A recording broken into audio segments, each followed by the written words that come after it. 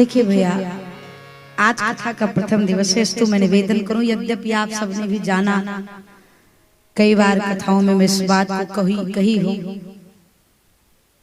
कि होई है सोई जो राम रचि राखा। हम कितनी भी भूमिका बनावे, उस भूमिका का फल स्वरूप तब प्राप्त होगा जब इनकी कृपा होगी। और अब राघव जी ने उत्तम समय चयन किया, हम आप सबके मध्य में विराजमान हैं। 7 दिन तक कथा गाएंगे। आप सबने बड़ी मस्ती के साथ आयोजन करवाया, बहुत सुंदर रूप दिया। व्यवहार बस एक बात कहूं,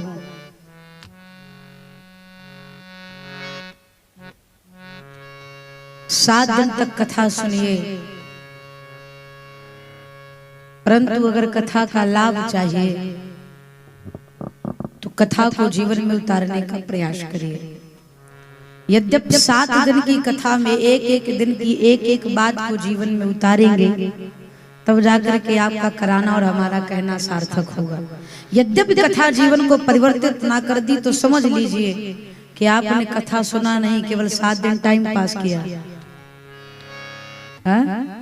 तो चौधरी परिवार इतने श्रद्धा के साथ कथा करवा रहे हैं, तो चौधरी परिवार से भी निवेदन और यहाँ पर बैठे समस्त श्रोता बंधु से भी निवेदन है कि कथा को केवल सुना ना जाए, उसको जीवन में उतारा जाए, दर्पण बना करके उसको अपने जीवन में देखा जाए। क्या अभाव है, क्या करना है, कैसे करना है, क्यों। कभी कभी ऐसा होता है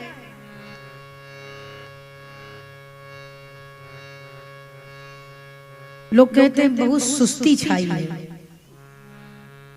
शरीर में बड़ी सुस्ती है, किस लिए है नहीं पता। सुस्त है शरीर, मन नहीं लग रहा है कहीं पर, परेशान है, शरीर में पीड़ा है, लेकिन क्यों हो रहा है ये हमको आपको नहीं पता। तो कहां पता चलेगा? जब डॉक्टर के पास जाएंगे ना, जब डॉक्टर चेक करेगा तो बताएगा, अरे आपको तो अंदर अंदर बुखार है, कमजोरी हो गई है, ORS का घोल पीजिए। कभी कभी ऐसा जीवन में होता है कि हम बीमार हैं, ये हमको पता है, लेकिन हमें बीमारी क्या है ये नहीं पता। बीमारी का पता तब चलता है जब हम डॉक्टर के पास जाते हैं। आपको कहूं, ये जो कैमरा लगा है देख रहे हैं, 2 प्रकार का कैमरा होता है। कैमरा 2 प्रकार का होता है। इस कैमरे को केवल ऊपर ऊपर से मतलब है, लेकिन डॉक्टर के पास एक कैमरा जिसको भीतर से मतलब, ऊपर से कोई मतलब नहीं। अच्छा, ये वाले कैमरा वाले भैया कोई अपनी बिटिया को विदा कर रहा हो, डोली पर बिठा रहा हो, रो रहा हो, तो कैमरा वाले भैया कहते बाबूजी जरा इधर देखिए। अब वो बेचारा अपने कलेजे के टुकड़े को विदा कर रहा है, इधर देखे, और देखे तो देखे, कह भी देते हैं जरा मुस्कुराइए। अब भीतर कितनी चोट है, कितना दर्द है, कितनी तकलीफ है, इन भैया से मतलब नहीं, इनको तो बाहर का पोजीशन अच्छा करना है बस। जो बाहर की फोटो खींची हुई वाला कैमरा है। अगर डॉक्टर के पास चले जाइए, जब एक्सरा वाला कैमरा आगे आता है ना, तो उसको ऊपर से कोई मतलब नहीं, भीतर वाला सारा ट्रीटमेंट निकाल कर सिर्फ भीतर का चेकअप करता है। तो जिस प्रकार से डॉक्टर के पास जाने के बाद पता चलता है कि हमको कौन सी बीमारी है, उसी प्रकार से एक प्रकार से ये कथा पंडाल एक सुंदर चिकित्सालय है। इस चिकित्सालय में आने के बाद हमको आपको पता चलता है कि हमको आपको कौन कौन सी बीमारी है। अब आप कहेंगे हमें कोई बीमारी नहीं है। यद्यपि हमें बीमारी नहीं है, लेकिन हमारे संबंधों में बीमारी जरूर लगी है। एक पुत्र का पिता के प्रति क्या कर्तव्य है, एक बहू का अपनी सास ससुर के प्रति क्या कर्तव्य है, एक भाई के प्रति क्या कर्तव्य है। आज मैं बताऊं, घर की छोटी बहू दोपहर में चाय देने के लिए मुझे आई। एक बड़ी सुंदर उसने बात कही, सेवा की बात थी। तो हमने कहा कौन करेगा? तो उसने कहा हम 2 बहन हैं, आपकी सेवा करेंगे। तो हम सोचे एक के घर से आई होंगी, क्योंकि ये सुनने को नहीं मिलता। लोग कहते मेरी जेठानी, मेरी देवरानी। लेकिन इसने कहा कि दीदी हम 2 बहनें हैं, हम दोनों आपकी सेवा करेंगे। मुझे बहुत अच्छा लगा। प्रभाव हो सकता है घर के मुखिया का हो या फिर इनके संस्कार का हो। लोग कहते हैं देवरानी और जेठानी। यद्यपि इसने सोच कर नहीं बोला था कि मैं कहूंगी तो जाकर मंच से दीदी कहेंगे, ऐसा इसका विचार नहीं था। लेकिन इसने कहा हम 2 बहनें हैं, हम आपकी सेवा करेंगे। कभी कभी क्या लगता है कि हमारे संबंधों में बीमारी पकड़ कर रखे रहते हैं, लेकिन जब हम 7 दिन तक इस चिकित्सालय पंडाल में बैठकर कथा सुनेंगे राम जी की, और कथा सुनने के लिए जब आएंगे ना, तो 7 दिन सुनने के बाद फुल बॉडी का चेकअप होगा। यहाँ का जितना मोबिल है सब चेंज हो जाएगा, सब फिल्टर किया जाएगा। गाड़ी कितनी अच्छी हो, फॉर्च्यूनर का है ना हो, अगर उसकी टाइम पर सर्विसिंग ना हो ना, तो फॉर्च्यूनर भी ट्रक का एवरेज देने लगती है, धुआं फेंक देगी। उसी प्रकार से बीच बीच में यहाँ का जो मोबिल है उसको बदल देना चाहिए। अगर यहाँ का बॉडी का चेकअप नहीं होगा तो संबंध के जो पहिए चल रहे हैं ना, वो पंचर हो जाई हो, चलने वाला नहीं है। इसलिए बीच बीच में कथा पंडाल में आकर के हम आप अपनी बॉडी का चेकअप कराएं, समझें कि हमारे व्यवहार में कहाँ कमी रह गई, जो हम अपनों से दूर हो गए, हमारा हमसे दूर हो गया, हमारे संबंधों में, हमारे व्यवहार में, हमारी वाणी में कहाँ कमी रह गई। अच्छा, बड़ी विचित्र दुनिया आप सब जीवन में अनुभव कर रहे हैं कि सोशल मीडिया का जमाना है। भाई भाई से पटती नहीं है। कई परिवार में ऐसा होता है, भाई भाई से पटती नहीं। जिसको हम जानते हैं उससे बात करने के लिए हमारे पास टाइम नहीं है, और जिसको हम नहीं जानते फेसबुक पर, मैसेंजर पर, व्हाट्सएप पर 2-2 घंटा उससे बात करेंगे। जिसको हम नहीं जानते उसको 2 घंटे का समय दे रहे हैं, और जिसको हम जानते हैं उसके लिए 2 मिनट का भी समय नहीं है। अब सीताराम भैया जी कहेंगे आप मेरे घर कथा में नहीं आए, तो वो फोन पर यही कहेगा आना तो चाह रहा था लेकिन मेरे पास टाइम नहीं था, समय का बड़ा अभाव था, सो नहीं आ पाया। जिसको हम जानते हैं उसके लिए समय नहीं है, और जिसको हम नहीं जानते उसको भरपूर समय देते हैं। तो इसलिए मेरे भैया 7 दिन तक बैठ करके कथा को सुना जाए, अपने मन के भीतर टटोला जाए, कहाँ कमी रह गई हम आप जानने का प्रयास करें। क्यों? क्योंकि श्री रामचरितमानस प्रयोग है, किस प्रकार से जीवन जिया जाए, कैसे जिया जाए, कैसे रहा जाए, व्यवहार, व्यक्तित्व, वाणी हमारा किस प्रकार से हो, ये श्री रामचरितमानस की पावन कथा कहेगी। वैसे तो राम जी की गाथा लिखने वाले बहुत हुए,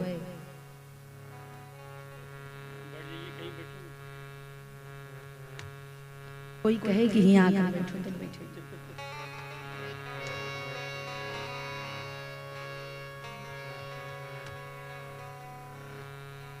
रामायण सतकोटि अपारा। रामायण तो खूब हुए, लेकिन जिसकी कथा हम आप सुनने बैठे हैं इसको पूज्यपाद गोस्वामी तुलसीदास जी श्री रामचरितमानस कहते हैं। श्री रामचरित मानस, मानस का अर्थ है मन से, अर्थात जिसने मन से भगवान की कथा को सुन लिया उसके जीवन चरित्रों पर राम जी की छवि सदा सर्वदा के लिए विराजमान हो जाएगी। और एक बार राम जी का प्रतिबिंब आपके जीवन में पड़ गया तो जीवन सुखद और मंगलकारी हो जाएगा। हम आप 7 दिन तक प्रभु की पावन कथा को श्रवण करेंगे। श्री रामचरितमानस में 7 कांड हैं। बालकांड, अयोध्या कांड, अरण्य कांड, किष्किंधा कांड, लंका कांड, जिसको युद्ध कांड भी कहते हैं। अच्छा, सुंदर कांड के बाद लंका कांड, ठीक, सुंदर कांड, फिर लंका कांड, फिर जाकर के उत्तर कांड। अंत में गोस्वामी तुलसीदास जी भाग लिखा जिसको कहते उत्तर कांड। इसका अर्थ ये है कि हमारे जीवन की जितनी भी समस्याएं हैं, जितने भी हमारे जीवन के प्रश्न हैं, हमारे जीवन के सारे प्रश्नों का उत्तर श्री रामचरितमानस के उत्तर कांड में लिखा है। सारे सवालों का जवाब आपको प्राप्त हो जाएगा उत्तर कांड से। बाल कांड में श्री पूज्यपाद गोस्वामी तुलसीदास जी ने 7 श्लोकों में मंगलाचरण किया। 7 कांड, बाल कांड में 7 श्लोक मंगलाचरण। और श्री रामचरितमानस एक सरोवर के समान है। इसमें 4 घाट हैं, शरणागति घाट, कर्मकांड घाट, ज्ञान घाट और भक्ति घाट। आज हमारी आपकी कथा, इसमें 4 वक्ता हैं, 4 श्रोता, एक वक्ता एक श्रोता। हम आप तो बड़भागी हैं कि वक्ता एक श्रोता अनेक। एक में मन ही नहीं लगेगा, वक्ता महाराज को खुद ही जमुआई आएगी है? जब तक संख्या ना हो तब तक वक्ता का आत्मबल नहीं बढ़ता।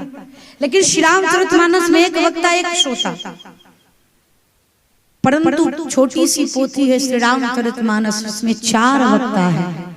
प्रथम वक्ता शरणागति घाट पर बैठ करके काशी विश्वनाथ की पावन धरा, गंगा जी का तट, 80 घाट, वक्ता श्री पूज्यपाद गोस्वामी तुलसीदास जी महाराज।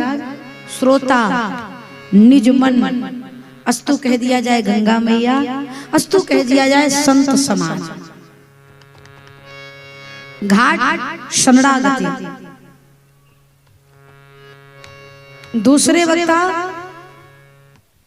श्री याज्ञवल्क्य जी महाराज वक्ता हैं, श्री भरद्वाज जी महाराज श्रोता हैं।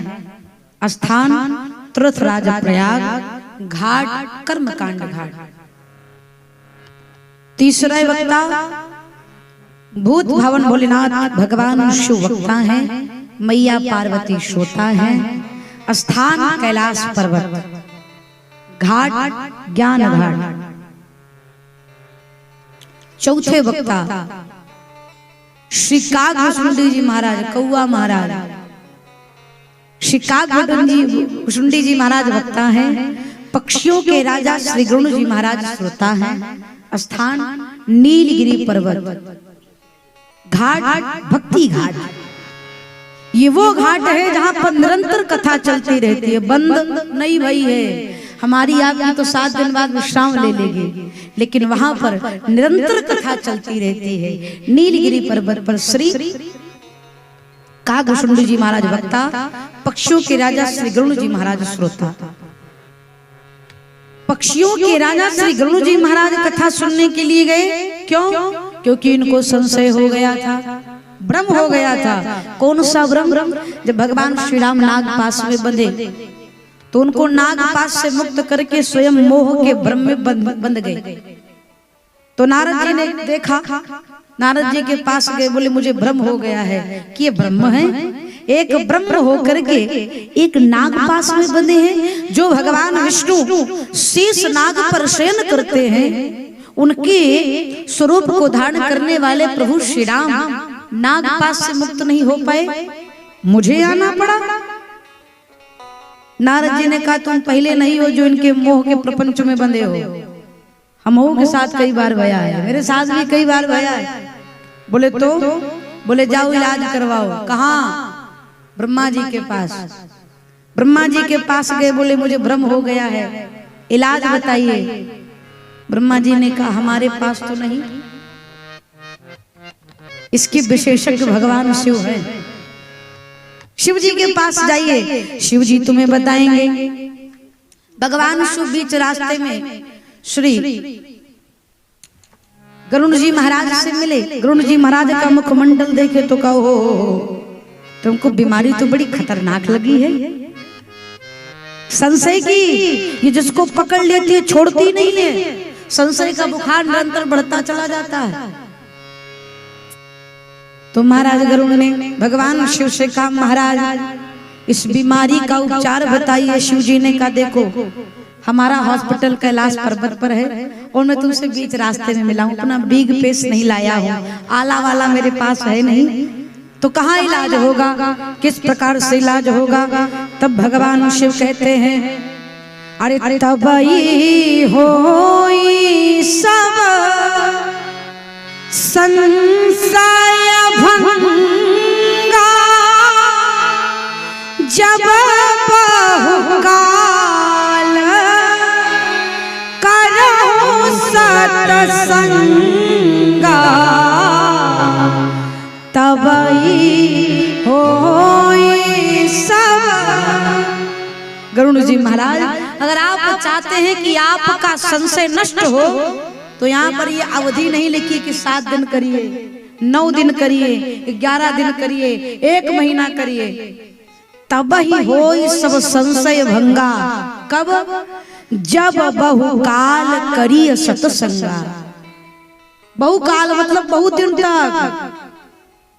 7 दिन की कथा और गांव में कई लोग सोच रहे होंगे अभी 6 दिन और बाकी है, आराम से चला जाएगा।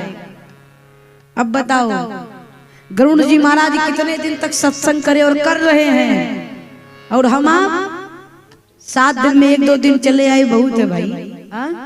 तो महाराज शिव जी के वचन को सुनकर के श्री गरुड़ जी महाराज पहुंचे नीलगिरी पर्वत पर। काकभूषुंडी जी महाराज आसन पर बैठे थे, देखा राजा जी आए हैं, हाथ जोड़कर प्रणाम किया, उठे, आसन पर बिठाया, षोडशोपचार से पूजन कराया, और करने के बाद श्री गरुड़ जी महाराज से काकभूषुंडी जी महाराज कहते हैं, प्रभु कहिए आने का प्रयोजन बताइए। मैं हमेशा कहती हूँ कथाओं में आप सबसे निवेदन करती हूँ कि आपके घर में कोई आवे तो सबसे पहले उसका स्वागत करिए, सत्कार करिए, जलपान कराइए, फिर उसके बाद सहज भाव से पूछिए आने का प्रयोजन बताइए। ये नहीं कि कोई गाड़ी से उतरे तो पहले पूछो, बेचारा घर में प्रवेश करे, आधी कुर्सी पर बैठा हो, आधा खड़ा ही हो, पूछो काहे आए हो, काम बताओ आने का, सोचेगा कौन से घर में प्रवेश कर गया। श्री काकभूषुंडी जी महाराज आसन पर विराजमान किए, और विराजमान करने के बाद कहते हैं, अरे सुनहु तात जेहि कारण आयो, सो सब भयउ दरस तब पायो। तात जेहि कारण आयो, सो सब दरस पायो। सुनहु तात जेहि कारण आयो, सो सब भयउ दरस तब पायो। तात जेहि कारण आयो, सब दरस पायो। देख परम पावन तव आश्रम, गयो मोह संशय नाना भ्रम। वन तव आश्रम गयो मोह, अब श्री राम कथायति पावन, सदा सुखद दुख कुंज न सावन। श्री राम कथायति पावन, सदा सुखद दुख कुंज न सावन। अब श्री राम कथायति पावन, सदा सुखद दुख कुंज न सावन। सादर तात सुनाव मोहि, सादर तात सुनाव मोहि, सादर तात सुनाव मोहि। बार बार बिनुबो मुनि तोहि राम कथा, हो जय श्री राम कथा, हो जय जय राम कथा, हो जय श्री राम कथा, हो जय जय राम कथा, हो जय श्री राम कथा, जय जय राम कथा, हो जय श्री राम कथा। अरे सादर तात सुनावो मोही, सादर तात सुनावो मोही, बार बार बिनवो मुनि तो ही राम कथा, हो जय श्री राम कथा। चौथे वक्ता श्री काका सुंदरी महाराज गरुण जी महाराज को कथा सुनाते हैं।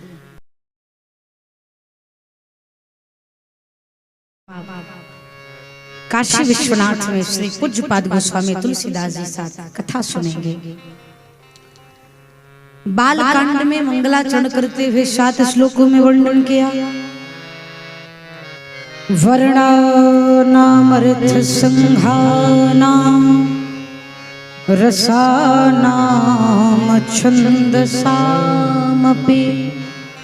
मंगलानाम चकर्तारो वंदे वाणी विनायको। पूज्यपाद गोस्वामी तुलसीदास जी प्रथम श्लोक में मंगलाचरण करते हुए भगवान गणेश और मैया सरस्वती को प्रणाम करते हैं। देखिए आप निवेदन करो, श्री रामचरितमानस ऐसा ग्रंथ है, ऐसा काव्य है जिसको बाबा ने पहला शब्द लिखा वर्णानामर्थ। पहला शब्द है वा का अर्थ है वकार, अर्थात ब्रह्म सूत्र ब्रह्मा जी का बीज मंत्र। वर्ण अर्थात समुदाय जाति हमारा आपका, और श्री रामचरितमानस का आखिरी शब्द है मानवा। अंतिम जो शब्द है रामचरितमानस का वो है मानवा। अर्थात मानो पूज्यपाद गोस्वामी तुलसीदास जी कहते ये ऐसा काव्य है, ऐसा ग्रंथ है जो किसी के लिए निषेध नहीं है। ब्राह्मण, क्षत्रिय, वैश्य, शूद्र, कोई भी संप्रदाय का हो, कोई भी वर्ण का हो, कोई भी जाति का हो, बस राम का प्रेमी होना चाहिए। आप कभी भी कहीं भी श्री रामचरितमानस का पाठ कर सकते हैं। ये ना तो पुरुषों के लिए, ना तो स्त्री के लिए, ना तो बच्चों के लिए, ना तो नवयुवकों के लिए, किसी के लिए ये काव्य वर्जित नहीं है। जाति पाति पूछे नहीं कोई, राम का भजे सुराम का हो। इसलिए गोस्वामी तुलसीदास जी महाराज श्री रामचरितमानस अर्थात भगवान के नाम का ये सरोवर है। मंदिर में जाने के लिए स्नान ध्यान सुंदर वस्त्र पहन कर जाया जाता है, लेकिन जब कोई सरोवर जाता है, गंगा जी के तट जाता है, तो स्नान करके नहीं जाता, स्नान करने के लिए जाता है। तो ये श्री रामचरितमानस राम जी के नाम की गंगा है। इसमें चाहे स्नान करके आइए, चाहे बिना स्नान किए आइए, लेकिन पंडाल है तो नहा कर ही आइएगा। गर्मी का महीना भी है, आपको अच्छा लगेगा। बाबा प्रणाम करते हुए कहते हैं वंदे वाणी विनायको। वाणी की देवी सरस्वती विनायक भगवान गणेश के चरणों में प्रणाम करता हूं। क्यों? क्योंकि दोनों का होना बड़ा आवश्यक है। ज्ञान खूब हो और वाणी ना हो तो ज्ञान अधूरा है, और वाणी बहुत अच्छी है, क्या बोलना है ये न पता हो तब भी बड़े मुश्किल है। इसलिए बाबा ने दोनों को प्रणाम किया, वाणी की देवी सरस्वती और विनायक भगवान गणेश के चरणों में प्रणाम किया। लेकिन सर्वप्रथम पूजनीय गणेश हैं, लेकिन इसके बाद भी सबसे पहले सरस्वती मैया को प्रणाम किया। क्यों? अगर वाणी नहीं होगी तो हम वंदना कैसे करेंगे, इसलिए सरस्वती जी को प्रणाम किया। वंदे वाणी विनायको।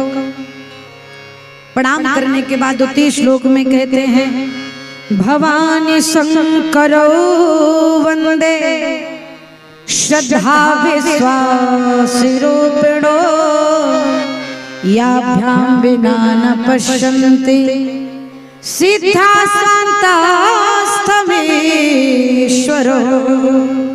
2 श्लोक में पकड़ो मुझे भैया, पकड़ो। भवानी शंकरो वंदे श्रद्धा विश्वास रूपिणो। भगवान शिव मैया पार्वती के चरणों में प्रणाम किया। शिव और पार्वती कौन है? श्रद्धा विश्वास रूपिणो। श्रद्धा और विश्वास। श्रद्धा कौन है? मैया पार्वती। बहुत ध्यान से समझिएगा भैया जी। पार्वती जी श्रद्धा है, शिव जी विश्वास है।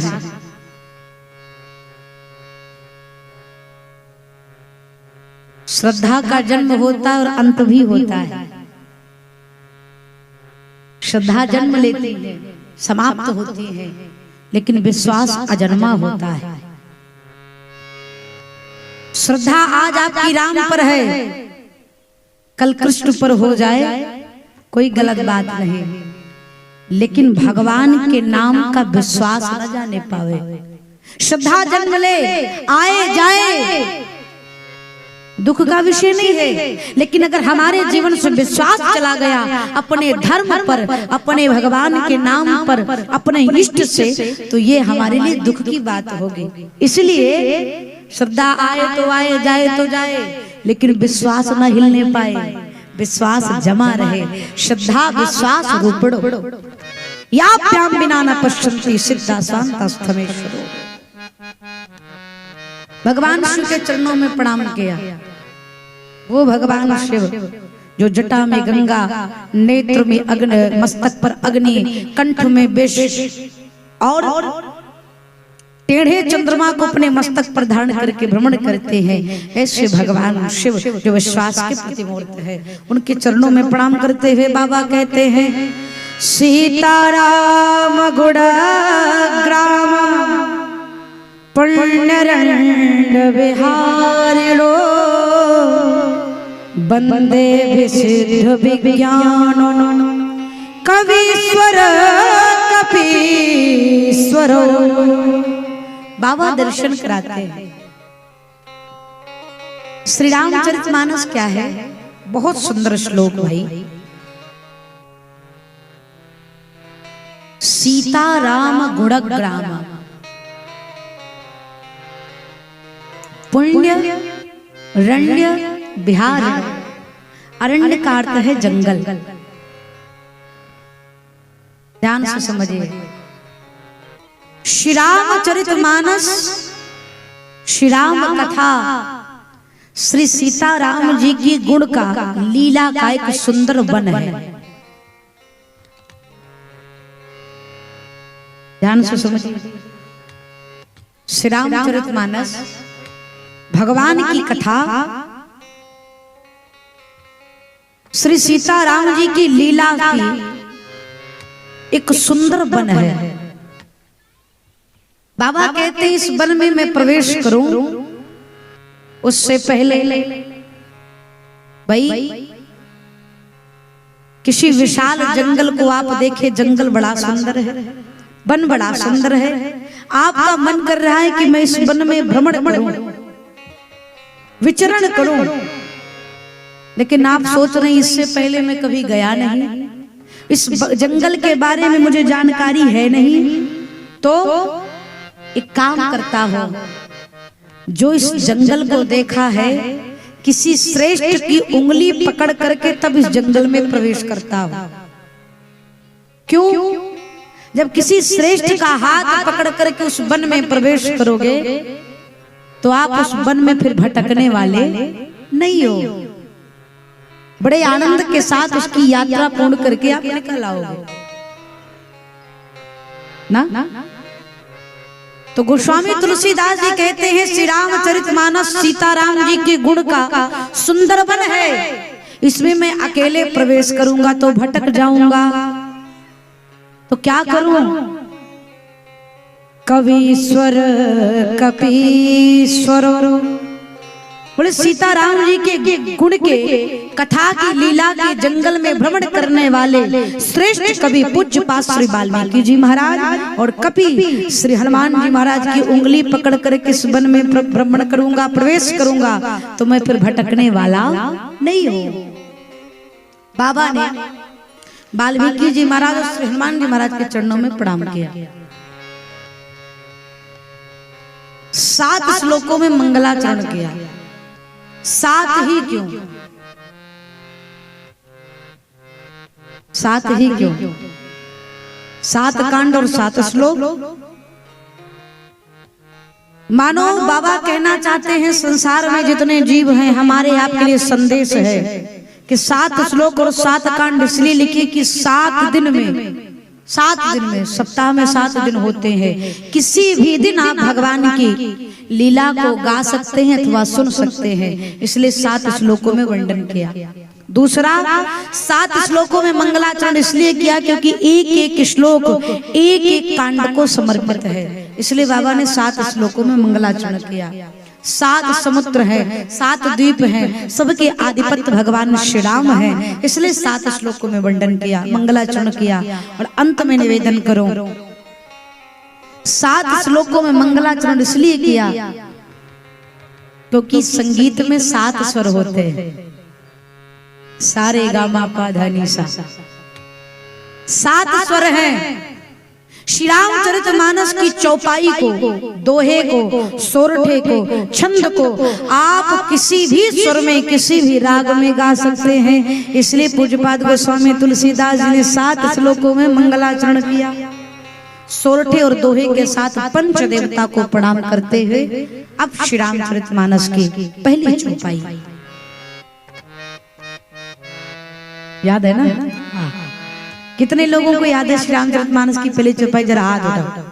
हाँ, बहुत सुंदर। आइए श्री रामचरितमानस की पहली चौपाई का गान करें। बंदा हो गुरु पद पदुमा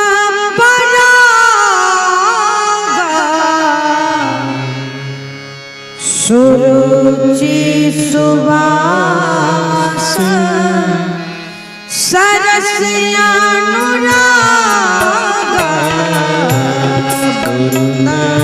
गुरु पदे पदों में पराग सुरुचि सुवास। सभी कहीं चौपाई को मेरे साथ श्री रामचरितमानस बंदा हो गुरु पद पदुमा पराग बंदा हो गुरु पदे पदों में पराग सुरुचि सुवास सरस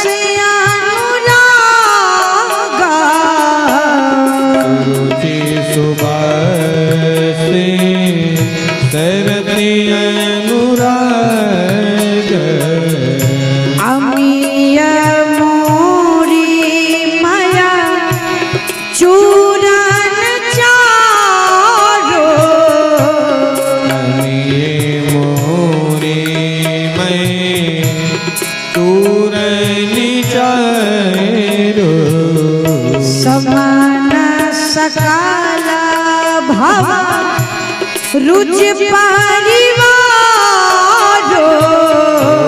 समान सकले भवे रुचि परिवारो समने सकले भवे रुचि परिवारो श्री गुरु पद नाखी माने गान ज्योति श्री गुरु पदे नाखी माने गान ज्योति श्री गुरु पदे नाखी माने गान बाबा कहते हैं सुमिरत दिव्य दृष्टि ही होती सुमिरत दिव्य प्रीति होती सुमिरत दिव्य प्रीति होती सुमिरत दिव्य दृष्टि ही होती श्री रामचरितमानस की पहली चौपाई में बाबा ने प्रणाम निवेदन किया। देखिए शास्त्र कोई भी हो, कोई भी ग्रंथ आप उठाकर देख लीजिए, भगवान से पहले भगवान के भक्तों की महिमा गाई जाती है।